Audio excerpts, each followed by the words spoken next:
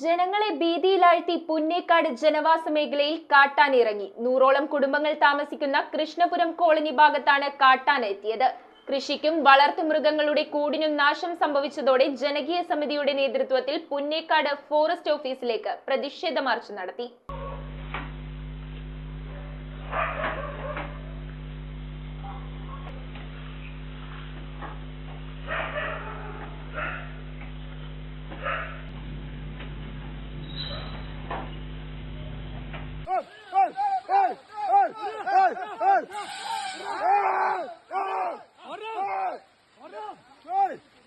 കീരമ്പാറ പഞ്ചായത്തിലെ ജനവാസ മേഖലയായ പുന്നേക്കാടാണ് കാട്ടാന ഇറങ്ങി ജനങ്ങളെ ഭീതിയിലാഴ്ത്തിയത്. പുലർച്ചെ 4 മണിയോടെയായിരുന്നു 100ഓളം കുടുംബങ്ങൾ താമസിക്കുന്ന 2ാം വാർഡായ കൃഷ്ണപുരം കോളനി ഭാഗത്ത് കാട്ടാന എത്തിയത്. വനം വകുപ്പ് യാതൊരുവിധ നടപടി എടുക്കുന്നില്ല.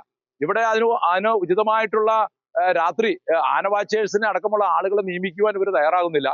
അതുപോലെ തന്നെ നമുക്കറിയാം, കാടുവെട്ട്, നമ്മൾ വിസ്തവെട്ടിലും കാടുവെട്ടിലും ലൈറ്റ് ഇടലും ഒക്കെ പഞ്ചായത്തിന്റെ ഉത്തരവാദിത്തമായിട്ട് മാറുന്ന രീതിയിലേക്ക് കാര്യങ്ങൾ പോവുകയാണ്.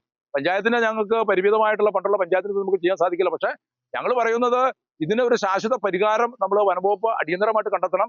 ഏറ്റവും പ്രധാനപ്പെട്ട നമ്മൾ ഉദ്ദേശിക്കുന്നു പറഞ്ഞിട്ടുണ്ടെങ്കിൽ പുഴ സൈഡില് ട്രെഞ്ച് താത്തുക എന്ന് മാത്രം. കൃഷികൾക്കും വളർത്തുമൃഗങ്ങളുടെ കൂടിനും നാശം സംഭവിച്ചതോടെ ജനകീയ സമിതിയുടെ നേതൃത്വത്തിൽ പുന്നേക്കാട് ഫോറസ്റ്റ് ഓഫീസിലേക്ക് പ്രതിഷേധ മാർച്ച് നടത്തി. ഇന്നലെ രാത്രിയിൽ ഇറങ്ങിയ ആനകള് അത് ജനവാസ മേഖലയിൽ നിന്ന് അടുത്ത് തന്നെ സമീപത്തുള്ള നമ്മുടെ കാട്ടിൽ തന്നെ നിലയുറപ്പിച്ചിരിക്കുകയാണ്. റോഡ് ബ്ലോക്ക് ചെയ്ത് യാത്രക്കാർക്കും നിലവിലുള്ള നമ്മുടെ സമീപവാസികളായ ആളുകൾക്കും അപകടങ്ങളൊന്നും വരാത്ത രീതിയിൽ അതുങ്ങളെ സുരക്ഷിതമായിട്ട് കാട്ടിലേക്ക് കയറ്റി വിടാനുള്ള ഒരു പദ്ധതിയാണ് നമ്മൾ ഇപ്പം ചെയ്യാൻ പോണത്. തുടർന്ന് 4 ആനകളെയും വനവകുപ്പിന്റെ നേതൃത്വത്തിൽ പുന്നേക്കാട് നിന്നും കളപ്പാറ ഭാഗത്തേക്ക് തുരത്തി. News bureau, Kothamangalam. ഫർണിച്ചറുകൾ ഒറ്റ ഫാക്ടറിയിൽ ഉൽപ്പാദിപ്പിക്കുന്ന ഏക സ്ഥാപനം. ആർക്കിടെക്ചറൽ ആൻഡ് ട്രഡീഷണൽ ഡിസൈൻസ് ആവശ്യാനുസരണം നിർമ്മിച്ചു കൊടുക്കുന്നു. നിങ്ങളുടെ സ്വപ്ന ഭവനം ഒരു സ്റ്റേറ്റ് ഓഫ് ആർട്ടാക്കുവാൻ വിശ്വസ്തയോടെ എന്നും നിങ്ങളോടൊപ്പം. ഇറമ്പത്ത് ഇറ ഫർണിച്ചർ, കോട്ടപ്പടി, കോതമംഗലം.